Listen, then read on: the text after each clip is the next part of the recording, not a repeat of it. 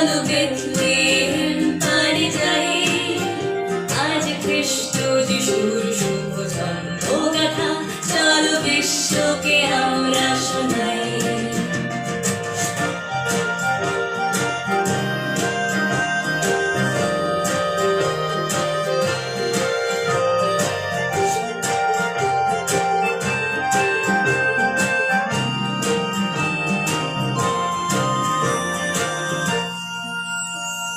পূর্ব আকাশে নীল ধ্রুব তারা আমার মনেকে জানিয়ে দিল সারা।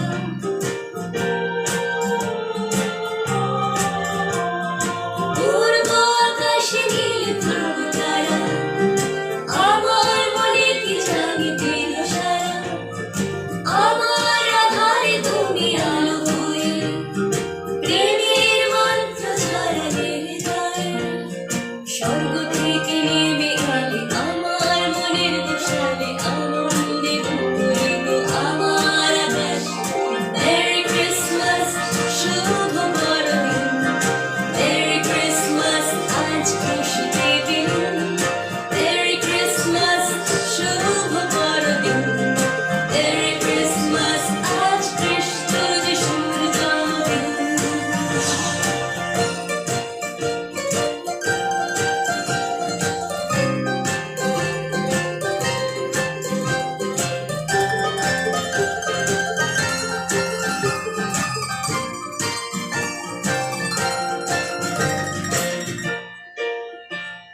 স্বর্গদূতেদের দেখা পেয়ে নিষ্পালকেরা গোশালায় যায়। তারা অবাক নয়নে নতজান হয়ে সকলে চরণে প্রণাম জানায়।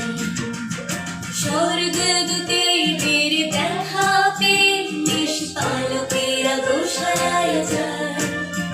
তারা অবাক নয়নে নতজান হয়ে সকলে চরণে প্রণাম জানায়। প্রাচ্যের বহুদূর পথ পেরিয়ে পণ্ডিতেরা যায় পর ঘুরিয়ে।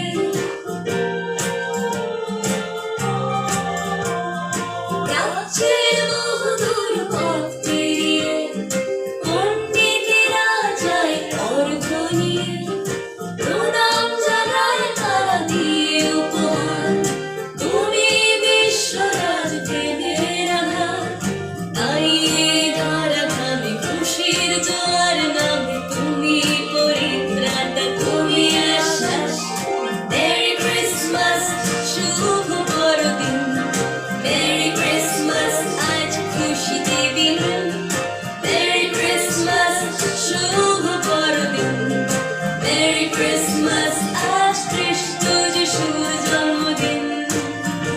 এই দিনের রাতে ধরি হাতে হাত, চলো বেথলেহেম পাড়ি যাই, আজ খ্রিস্ট যিশুর শুভ জন্মগাথা চলো বিশ্বকে আমরা শোনাই। মেরি ক্রিসমাস, শুভ বড়দিন। মেরি ক্রিসমাস, আজ খুশিতে দিন। মেরি ক্রিসমাস, শুভ বড়দিন। মেরি ক্রিসমাস, আজ খ্রিস্ট যিশুর জন্মদিন। যিশু কহিলেন, দেখিও ভ্রান্ত হইও না, কেননা অনেকে আমার নাম ধরিয়া আসিবে, বলিবে আমিই তিনি, ও সময় সনিকট, তোমরা তাহাদের পশ্চাৎ যাইও না। হ্যালো বন্ধুরা, আপনাদের সকলকে গুড মর্নিং এবং হ্যাপি সাব্বাত। সর্বপ্রথম আমি ঈশ্বরকে ধন্যবাদ দিতে চাই আর একটা নতুন দিন আমাদের জীবনে যোগ করে দেওয়ার জন্য।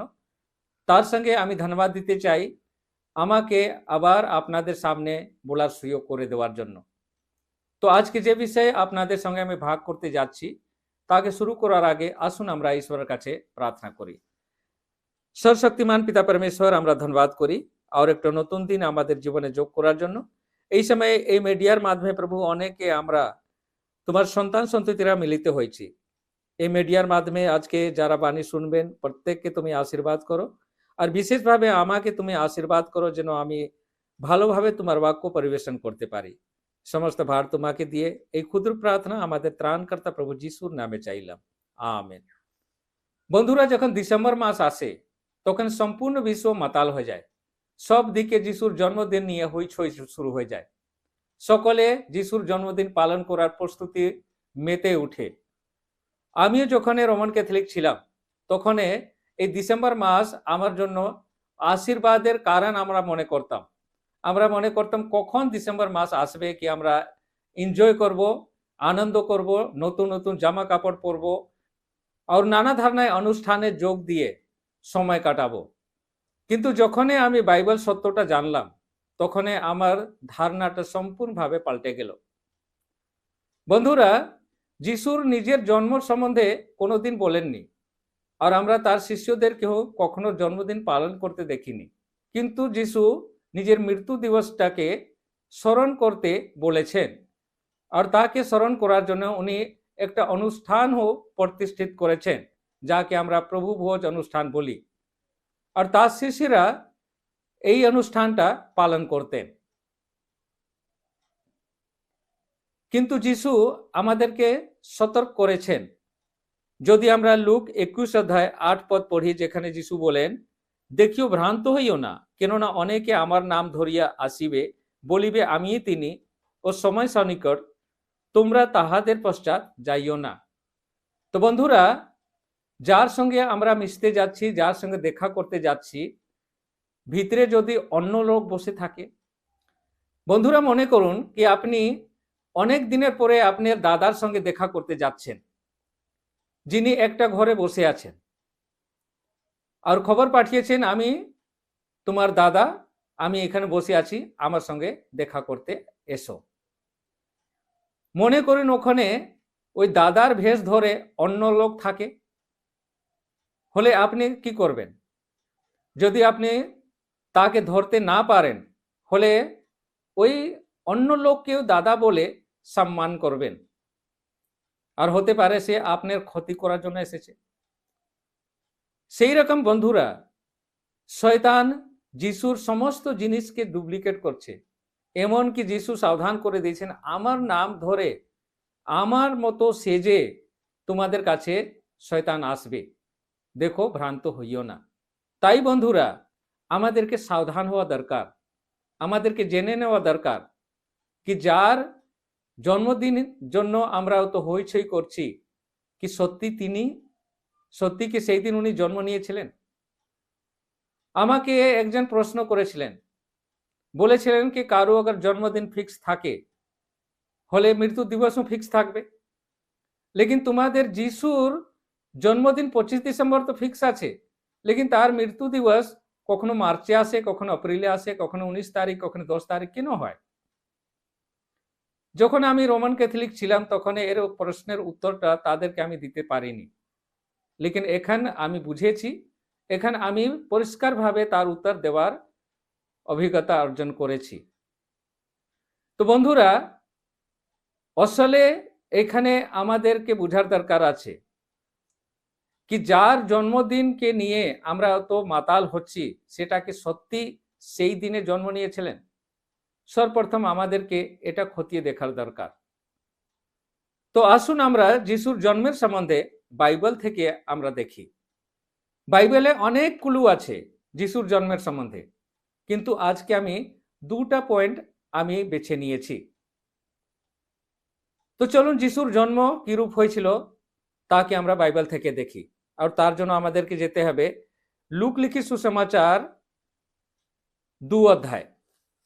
তো বন্ধুরা, প্রথম ক্লু আমরা পাই কি যখন যিশুর জন্ম হয় সেই সময় রোমের সাম্রাজ্য ছিল, আর রোমের সাম্রাজ্যের মধ্যে যে রাজা ছিলেন ওনার নাম ছিল অগাস্তুস কেসার। এই অগাস্তুস কেসার নিজের রাজ্যে প্রথম জনগণনার আদেশ বের করেছিলেন। তাই প্রত্যেক মানুষকে নিজের নিজের জন্মভূমিতে যেতে হয়েছিল, আর তার সঙ্গে जोसेफ और मरियम के हूँ नाजरेत ग्राम থেকে দাউদনগর বেতলেহেম গ্রামে উপস্থিত হতে হয়েছিল। বন্ধুরা, এখানে আমি একটা পয়েন্ট আপনাদেরকে হাইলাইট করতে চাই, সেটা হলো যে সময় যিশুর জন্ম হয় সেই সময় মানুষ হেঁটে या গধা या ঘোড়াতে সওয়ারি করে এক জায়গা থেকে অন্য জায়গা যেত। সেই সময় কোনো গাড়ি ঘোড়ার ব্যবস্থা ছিল না, আর সেই জন্য ওয়েদারটাকে গুরুত্ব দিয়ে তারা ঘর থেকে বেরাতো। ওয়েদার যদি পথ চলার মতো না থাকলে তারা ঘর থেকে বেরাতো না। তার মানে অগস্তুস কেসার যখন আদেশ বের করেন সেই সময় এমন ওয়েদার ছিল যে ওয়েদারে মানুষ এক জায়গা থেকে অন্য জায়গায় যাত্রাপথ করতে পারত। আর তার প্রমাণটা আমরা পাই 8 থেকে 11 পদে। এখানে লেখা আছে, ওই অঞ্চলে মেষ পালকরা মাঠে অবস্থিতি করিতেছিল এবং রাত্রিকালে আপন আপন পাল চৌকি দিচ্ছিল। আর প্রভুর এক দূত তাহাদের নিকটে আসিয়া দাঁড়াইলেন এবং প্রভুর প্রতাপ তাহাদের চারিদিকে দীপ্তিমান হইল, তাহাতে তাহারা অতিশয় ভীত হইল। তখন দূত তাহাদিকে কহিলেন, ভয় করিও না, কেননা দেখো আমি তোমাদিগকে মহা আনন্দের সুসমাচার জানাইতেছি। সেই আনন্দ সমুদয় লোকেরাই হবে, কারণ অদ্য দাউদের নগরে তোমাদের জন্য ত্রাণকর্তা জন্মিয়াছেন, তিনি খ্রিস্ট প্রভু। তো বন্ধুরা, যখন যিশুর জন্ম হয় তখন পাল রক্ষকরা মাঠে ছিল, বাড়িতে ছিল না। আর মাঠে থাকার মতো ওয়েদার না থাকলে লোক মাঠে কি করে থাকবে?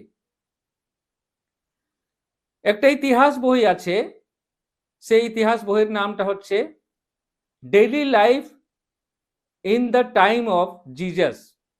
यानी যিশুর সময়ে যে ডেইলি লাইফ ছিল তার ইতিহাস ওখানে রেকর্ড করা আছে। সেইখানে ওখানেকার মানুষ কি কি কাজ করে, কি রকম রহন সহন আর এ সমস্ত জিনিসের ওখানে ইতিহাস আমরা দেখতে পাই। সেখানে দেওয়া আছে কি মার্চ মাস থেকে অক্টোবর মাসের এই মাঝখানের সময়টা হতো বসন্ত ঋতুর মতো, চারোদিকে গাছপালা গুজিয়ে উঠত। আর সেই সময় মেষপালরা বাড়ি থেকে বেরিয়ে প্রান্তরে মাঠে তারা থাকতো। আর বন্ধুরা, বাইবেলে কোনো ডেট দেওয়া নেই কি যিশুর জন্ম 25 ডিসেম্বরে হয়েছিল। হতে পারে এই মার্চ থেকে অক্টোবরের মাঝখানে যে কোনো সময় হতে পারে। তো আসুন আমরা বাইবেল থেকে খতিয়ে দেখি কি সত্যিকারে কি যিশুর জন্ম ডিসেম্বর মাসে হয়েছিল। তো বন্ধুরা, কোনো সময়টাকে দেখার জন্য আমাদের ক্যালেন্ডার প্রয়োজন। আর বর্তমানে যে ক্যালেন্ডার আমরা ব্যবহার করছি সে ক্যালেন্ডারকে বলা হয় গ্রেগরি ক্যালেন্ডার, যাকে পোপ গ্রেগরি তৈরি করেছেন। কিন্তু আমাদেরকে বাইবেল ক্যালেন্ডারকে ফলো করার দরকার, যাকে হিব্রু ক্যালেন্ডার বলা হয়। তো বাইবেল ক্যালেন্ডার অনুযায়ী কোনটা মাস ডিসেম্বর মাস ধরা পড়ে সেটা প্রথমে আমাদের জানার প্রয়োজন। তো আসুন আমরা মিলিয়ে দেখি कि ये ग्रेगरी कैलेंडर और हिब्रू कैलेंडर मध्य कौन कौन मास কোন মাসের সঙ্গে মেল খায়। তো বন্ধুরা, হিব্রু ক্যালেন্ডারের প্রথম মাসের নামটা হচ্ছে নিসান, আর গ্রেগরি ক্যালেন্ডার অনুযায়ী এটা মার্চ আর এপ্রিলের মাঝামাঝি থাকে। দ্বিতীয় নম্বর মাসটা হচ্ছে ইয়ার, সেটা এপ্রিল আর মে কে কভার করে।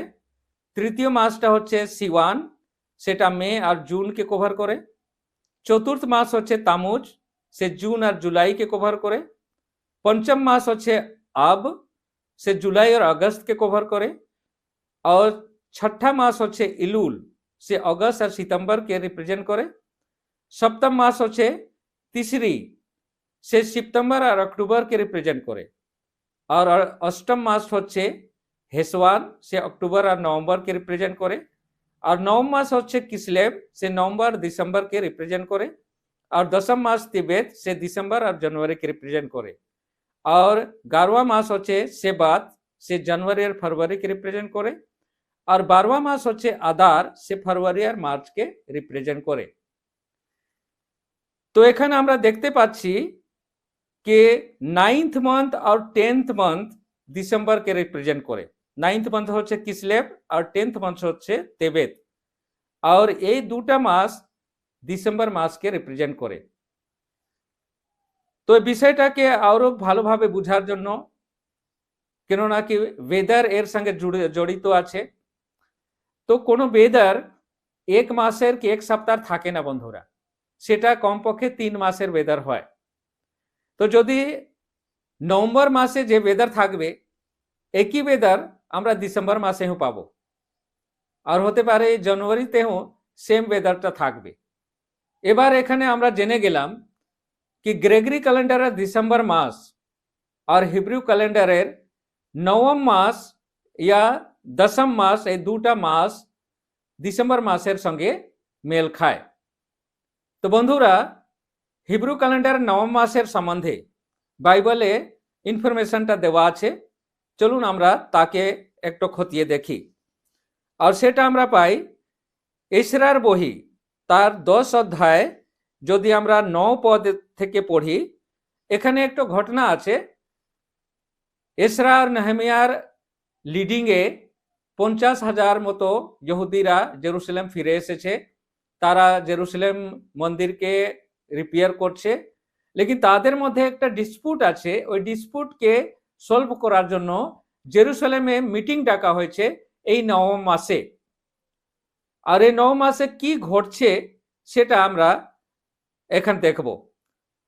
তো 9 পদে লেখা আছে, পরে জেহুদার ও বেঞ্জামিনের সমস্ত পুরুষ 3 দিনের মধ্যে জেরুসালেমে একত্র হইল।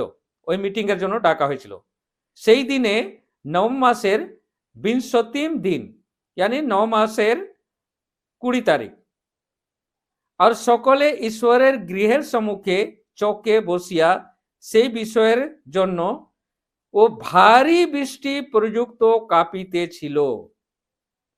এই মিটিংয়ে সব থেকে বড় সমস্যা এসে দাঁড়িয়েছে ভারী বৃষ্টি।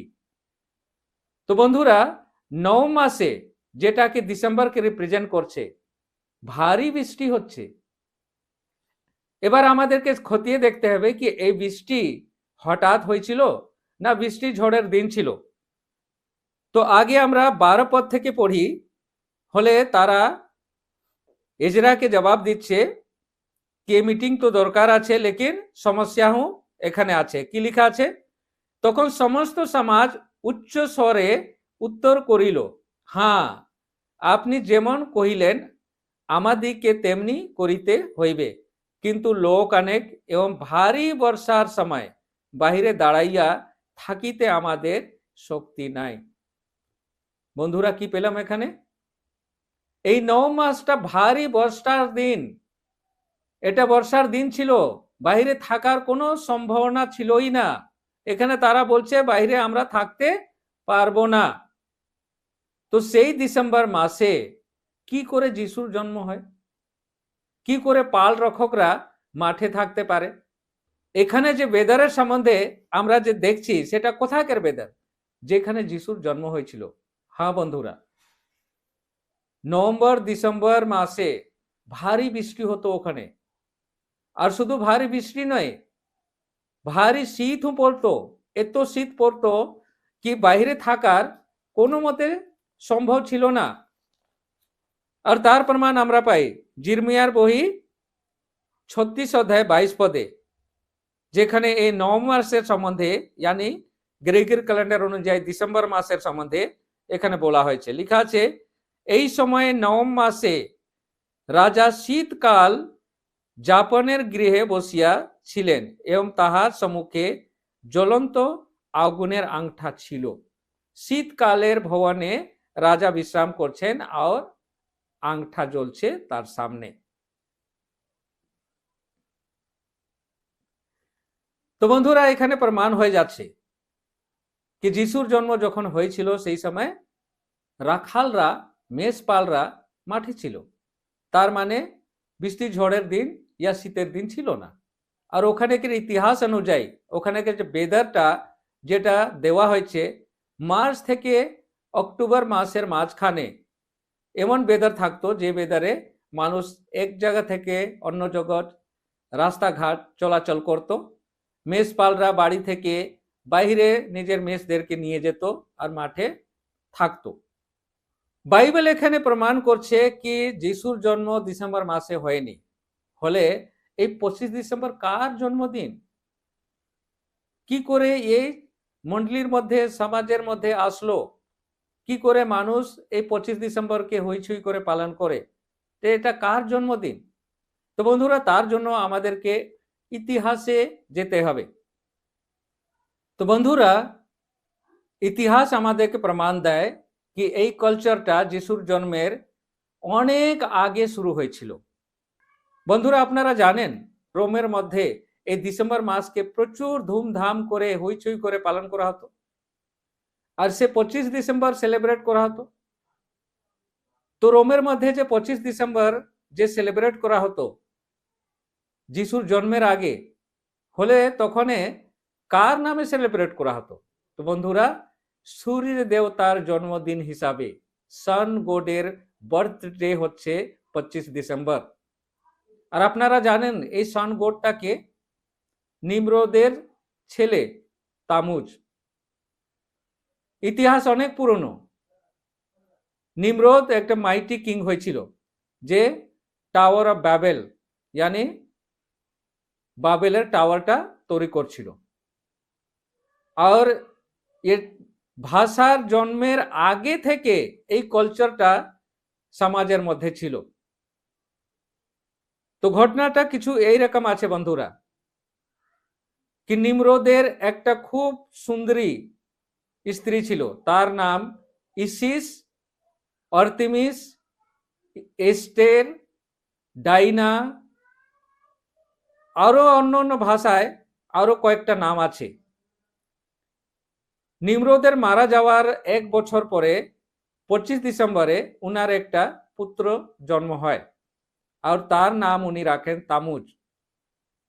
আর সে তামুজ বড় হয়ে একটা শিকারী হয়, আর শিকার করতে জঙ্গলে বন্ধু বান্ধবদের সঙ্গে ঘুরে বেড়ায়। আর এমন হয় ফাগুন মাসের অমাবস্যার দিন শিকার করতে গিয়েছিল, আর জঙ্গলের মধ্যে জঙ্গলি শুয়ার তাকে গুতিয়ে মেরে ফেলে। তার মা ইস্টার या স্টের বলা যাবে, ডাইনা या আর্তেমিস বলতে পারেন, নিজের একমাত্র সন্তানকে হারিয়ে 40 দিন পর্যন্ত কান্নাকাটি করেছিল। আর 40 দিনের পরে সে ঘোষণা করলো কি আমার পুত্র পুনরুত্থিত হয়েছে, আর সে সূর্য দেবতা। আর সেই জন্য সূর্য দেবতার দিন यानी सन डे কে উনি সেলিব্রেট করার জন্য আমার দিন মানে ওই ইস্টারের দিন বলে ঘোষণা করলেন।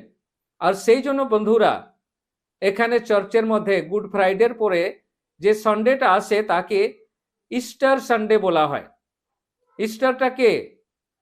সেই তামুজের মা দুঃখ ভোগ কখন করছে? তার সন্তানের মারা যাওয়ার পরে। লেকিন সেই 40 দিনের দুঃখ ভোগটাকে যিশুর সঙ্গে জড়িয়ে দেওয়া হয়েছে, আর তাকেই আজকে চার্চের মধ্যে অ্যাপ্লাই করা হয়েছে। তো বন্ধুরা, যিশুর জায়গায় তামুজকে রাখা হয়েছে, আর তার মা মরিয়মের জায়গায় ইস্টারকে রাখা হয়েছে। আর 25 ডিসেম্বর তামুজের জন্মদিনকে যিশুর জন্মদিন বলে চার্চের মধ্যে অ্যাপ্লাই করা হয়েছে।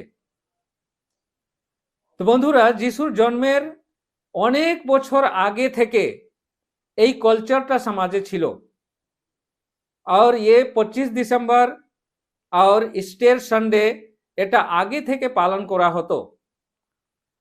কিন্তু এখানে প্রশ্নটা হচ্ছে, এই আমাদের মণ্ডলীর মধ্যে আসলো কি করে, কে নিয়ে আসলো? আর তার জন্য আমাদেরকে আবার ইতিহাস খুলতে হবে। তো বন্ধুরা, যখন যিশুর পুনরুত্থানের পরে যিশুর শিষ্যরা যখন সুসমাচার প্রচার করার জন্য ছড়িয়ে ছিটিয়ে সমুদ্রে রোমের সাম্রাজ্যের মধ্যে ঘুরে বেড়াচ্ছিল, তখন এই খ্রিস্টানদেরকে ধ্বংস করার জন্য শয়তান রোমের রাজাদেরকে ব্যবহার করেছিল। আর আমরা ইতিহাসে পাই কি দীর্ঘ 300 বছর ধরে প্রচন্ড তাড়না এই রোমের রাজারা খ্রিস্টানদের প্রতি চলায়। সমুদায় খ্রিস্টানটাকে তাদের সাম্রাজ্য থেকে মুছে ফেলার চেষ্টা করা হয়েছিল, কিন্তু শয়তান নিজের প্রয়াসে বিফল হয়। তখন নিজের যুদ্ধ কৌশলটা পাল্টায়, আর এই যুদ্ধ কৌশল পাল্টানোর বিনিময়ে आज के ये 25 दिसंबर और गुड फ्राइडे और ईस्टर सन्डे और लेंथ এই মণ্ডলীর মধ্যে প্রবেশ করেছে। ঘটনাটা কিছু এই রকম বন্ধু, যখন 300 বছর ধরে যুদ্ধ চালিয়ে শয়তান যখন পারেনি, তখন বুঝে গেল কি এদেরকে এরকম ফেস টু ফেস লড়াইয়ে হারাতে পারবে না, তাই সে চার্চের মধ্যে প্রবেশ করে সে যুদ্ধ চালাবে। আর তার জন্য শেষ হিন্দু রাজা কনস্ট্যান্টাইনকে খ্রিস্টানদের সাপোর্টার হিসাবে দেখানো হলো। সমস্ত রাজা খ্রিস্টানদেরকে মুছে ফেলার চেষ্টা করেছিল, সেই রোমের একজন রাজা খ্রিস্টানদেরকে সাপোর্ট করছে। তো শয়তান মনস্থ করে নিয়েছিল কি এই কালচারটাকে চার্চের মধ্যে নিয়ে আসবে, আর বিশেষ করে सन গড সূর্য দেবতাকে স্থাপিত করবে। আর তার জন্য 7 মার্চ 321 খ্রিস্টাব্দে কনস্ট্যান্টাইন নিজের রোমের সাম্রাজ্যের মধ্যে একটা আইন পাস করে। সে আইনটা ছিল সূর্য দেবতাকে সম্মান দেখানোর জন্য সূর্যের দিন यानी রবিবার দিন ছুটির ঘোষণা। বন্ধুরা, এটা প্রথম সানডে ল যে রোমের সাম্রাজ্যে আইনগত সমুদায় মানুষের উপরে লাগু করা হয়, কিন্তু মন্ডলী এখনো শপথ পালন করছিল। এবার কনস্ট্যান্টাইন 325 খ্রিস্টাব্দে সে নিজে খ্রিস্টান ধর্ম গ্রহণ করে, আর 330 খ্রিস্টাব্দে যে বিশপ সিলভেস্টার প্রথম তাকে বত্তিস্মা দিয়েছিল তাকে নিজের সিংহাসন সমর্পিত করে দেয়। এই রূপে চার্চের একজন বিশপ সেই রোমের সিংহাসনের রাজা হয়ে বসল। আর এখান থেকে এই রাজার মাধ্যমে যে রোমের বিশপ আছে সেম টাইম, তার মাধ্যমে এই কালচারটা মডেলের মধ্যে আসে। বন্ধুরা, 336 খ্রিস্টাব্দে লৌদিসিয়া শহরে এই বিশপ সমুদায় জগতের চার্চ লিডারদেরকে মিটিংয়ে ডেকেছিল, আর সেইখানে প্রস্তাব পাস হয় কি এই 25 ডিসেম্বর যিশুর জন্মদিন হিসাবে পালন করা হবে। কেন? উনি যুক্তি দিয়েছিলেন আদিতে ঈশ্বর সর্বপ্রথম কি সৃষ্টি করেছেন? আলো। যিশু বলেছেন আমি জগতের আলো, আর যিশু এই প্রথম দিন পুনরুত্থিত হয়েছেন। এই তিনটা পয়েন্ট উনি দেখিয়ে বললেন কি এবার আমরা এই 25 ডিসেম্বর যিশুর জন্মদিন আর রবিবার আমরা প্রভুর দিন বলে পালন করব। তো বন্ধুরা, যখন এটা প্রস্তাব হয় সেই সময়ে সকলে রাজি হয় না। এটাকে লাগু করতে এই রোমান চার্চটাকে অনেক সময় লেগেছে, অনেক তাড়না করতে হয়েছে তাদেরকে, অনেককে যে খ্রিস্ট বিশ্বাসীদেরকে হত্যা করা হয়েছে, অনেক খ্রিস্ট বিশ্বাসী চার্চ থেকে পালিয়ে জঙ্গলে আশ্রয় নিয়েছে। আর এই রকম করে শয়তান সম্পূর্ণভাবে চার্চটাকে দখল করে নিয়েছে। বন্ধুরা, তো বন্ধুরা, এখানে পরিষ্কার হয়ে গেছে কি 25 ডিসেম্বর যিশুর জন্মদিন নয়, বলকি তামুজের জন্মদিন। হলে কি আমরা কি তামুজের জন্মদিন পালন করব? হলে কি ঈশ্বর কি খুশি হবেন? বন্ধুরা, আমরা এই দিন या এই সময়টাকে সুযোগ নিতে পারি, লেকিন আমরা তামুজের জন্মদিন পালন করতে পারিনি। আমি এই ডিসেম্বর মাসে অনেক মিটিংগুলো করি, আর মানুষ মনে করে কি আমরা ক্রিসমাস यानी যিশুর জন্মদিন সেলিব্রেট করছি, লেকিন আসলে এই ডিসেম্বর মাসে সমস্ত মানুষ খোলামেলা মনে থাকে, তাদের সঙ্গে খোলামেলা ভাবে আপনি যিশুর কথা বলতে পারেন, যেটা কি অন্য মাসে সম্ভব হয় না। यानी যিশুর সুসমাচার তার পর্যন্ত পৌঁছে দেওয়ার জন্য এই সময়টাকে, এই টাইমটাকে আমরা ব্যবহার করতে পারি, কিন্তু আমাদের কোনো মতে উচিত নেই কি আমরা এই তামুজের জন্মদিন পালন করি। যদি আপনাদেরকে যিশুর জন্মদিন পালন করতে হয় তো যিশুকে ওই চরণীতে জন্ম না দিয়ে আপনাদের মনে হৃদয়ে জন্ম দিন। আর যিশুকে মনে হৃদয়ে জন্ম দেওয়ার মানেটা হচ্ছে আমাদের ভিতরে অন্তরে যিশুর চরিত্র তার স্বভাবটা দেখতে মানুষ পায়। এটা করলে আপনারা সত্যিকারে যিশুর জন্মদিন পালন করবেন বন্ধুরা। যিশু আমাদের জন্য দৃষ্টান্ত রেখেছেন। উনি সারা জীবন যেরকম এই পৃথিবীতে সময়টা কাটালেন, সব কিছু আমাদেরকে অনুসরণ করার জন্য, দেখানোর জন্য ডেমনস্ট্রেশন ছিল বন্ধুরা। উনি করে দেখিয়েছেন, তারপরে বলেছেন কি আমি যা করলাম তোমরাও তাই করো। তো সত্যিকারে যদি আমরা ক্রিসমাস পালন করতে চাই, তাহলে যিশুকে আমাদের মনে, আমাদের হৃদয়ে জন্ম দিতে হবে, তার চরিত্র, তার স্বভাব ধারণ করতে হবে, হলে আমরা সত্যিকারে যিশুর জন্মদিনটা পালন করব। তো ধন্যবাদ করি বন্ধুরা, আজকে আমরা ঈশ্বরের বাণী থেকে এই সত্যটা জানলাম। এই সত্যটা যেন আমরা আঁকড়ে ধরে রাখতে পারি।